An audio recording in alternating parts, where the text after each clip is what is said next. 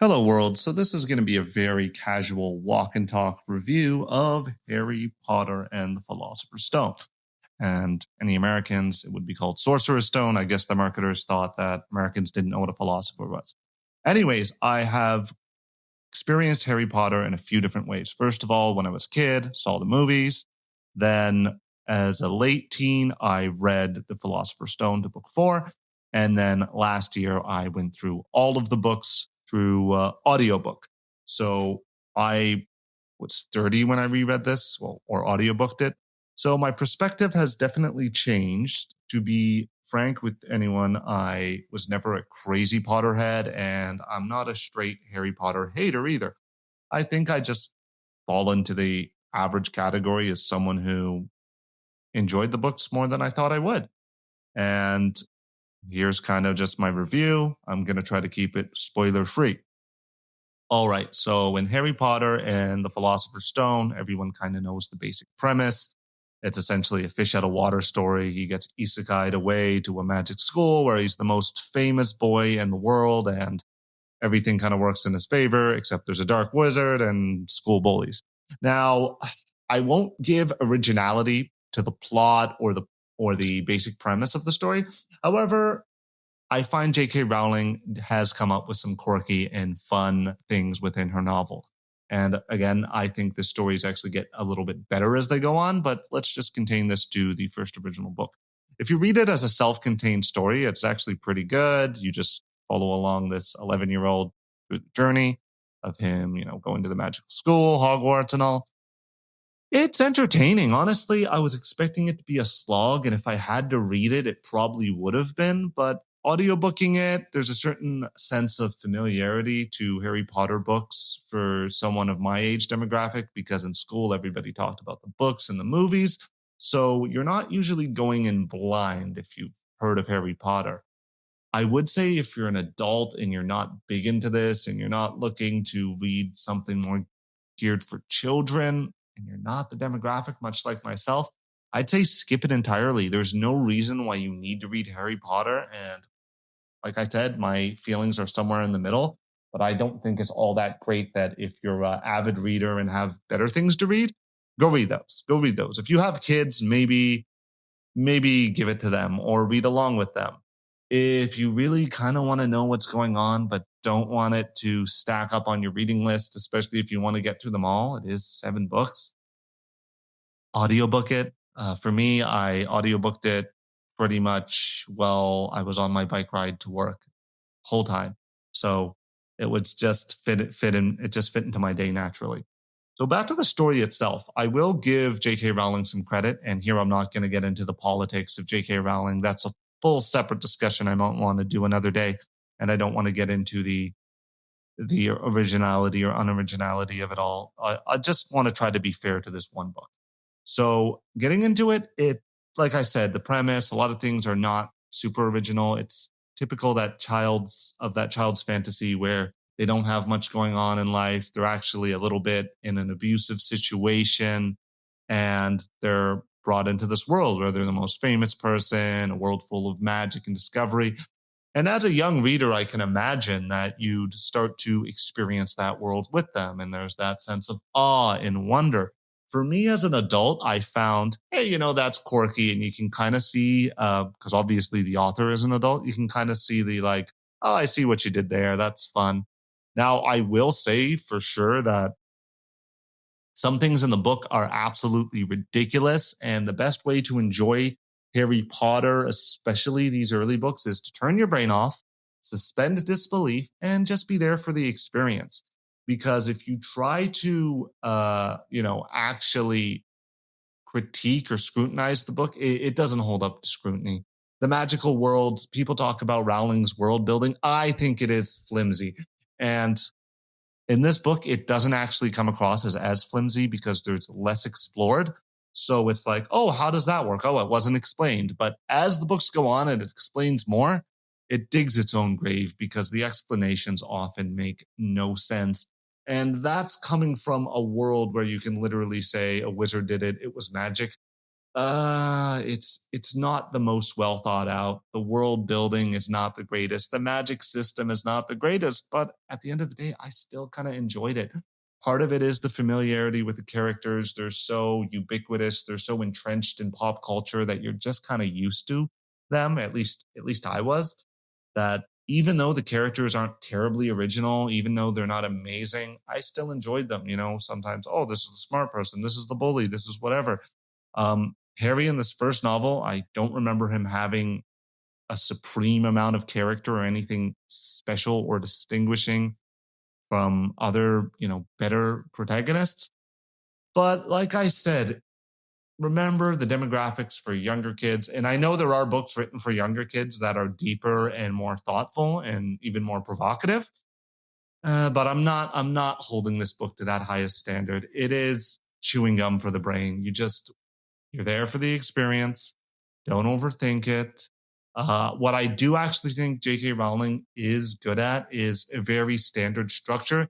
You can see the plot really clearly laid out. She always has some red herrings there. It's kind of in all her books. And I don't think it's bad at all. It's like, oh, this is the bad guy. Oh, that. There's a lot of, I really feel like basic structure of the book. Like you see, okay, now we're moving to this. It does feel very transparent, and I can't really outline it specifically in this book without doing a whole video on an overview, including spoilers.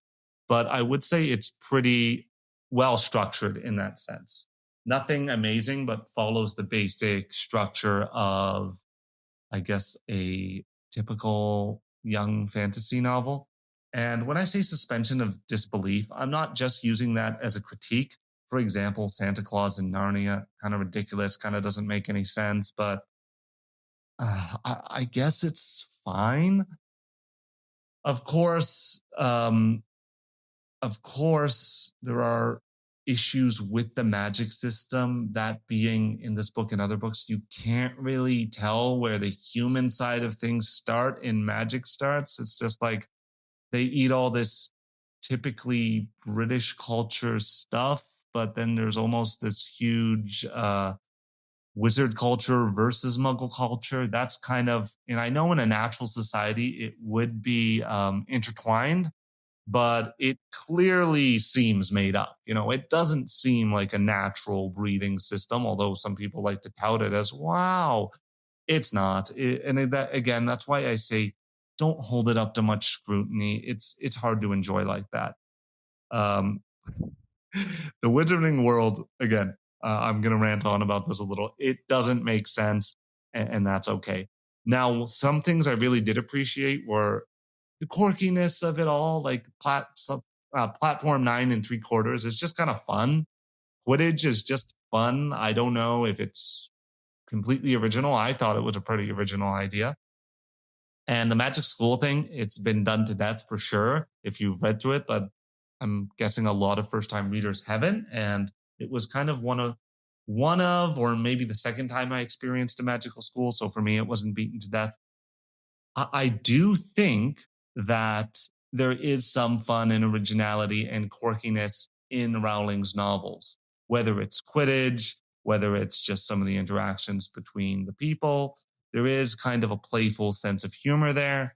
And like I said, I definitely recommend it for a younger audience if they are at, just an enjoyment part of their life. If you're trying to train your kids to read advanced literature, not the book for them. Just enjoy it for what it is, guys. Harry Potter is not a tremendously amazing character either. Now, an issue that I definitely have to raise is if the abuse in the novel is kind of, how do I even address this? So Harry lives with his essentially foster parents in the beginning, which are like his aunt and uncle, and they are straight up abusive to him. Like it sounds like a child social worker case that he'd be taken away if this was reality. However, it's kind of played for laughs or means of, oh, they're just mean people.